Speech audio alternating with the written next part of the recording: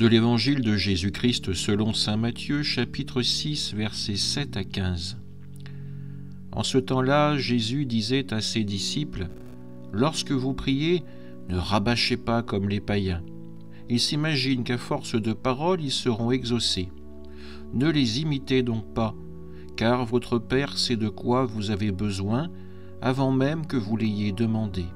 Vous donc priez ainsi : Notre Père qui es aux cieux, que ton nom soit sanctifié, que ton règne vienne, que ta volonté soit faite sur la terre comme au ciel.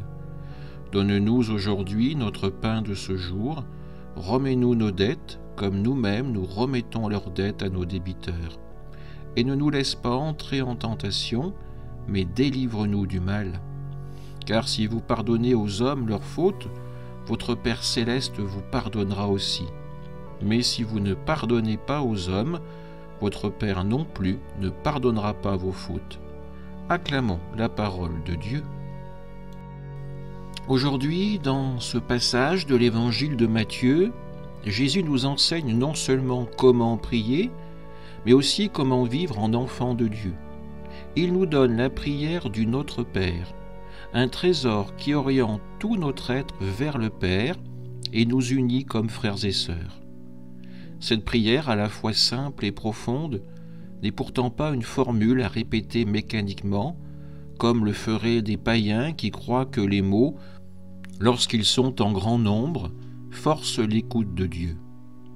Non, Jésus nous invite à une prière confiante, ancrée dans la foi que notre Père sait déjà ce dont nous avons besoin.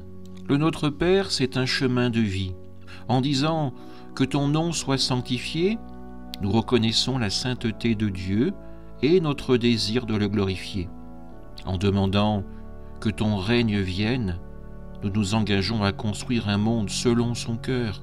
« Donne-nous notre pain de ce jour », exprime notre confiance en sa providence pour l'essentiel et jour après jour. Et lorsque nous prions « remets-nous nos dettes », nous nous tournons vers sa miséricorde, tout en nous rappelant notre devoir de pardonner à ceux qui nous ont offensés. Jésus insiste sur ce point. Le pardon est au cœur de la vie chrétienne. Si nous voulons recevoir la miséricorde de Dieu, nous devons alors offrir la nôtre. Refuser de pardonner, c'est fermer la porte à la grâce. C'est un défi, car pardonner demande du courage et de l'humilité. Mais c'est aussi une libération pour nous et pour les autres. Aujourd'hui, prenons un moment pour méditer le Notre Père avec un cœur renouvelé. Demandons la grâce de pardonner comme le Père pardonne et de vivre en enfants qui font confiance à sa volonté d'amour. Amen.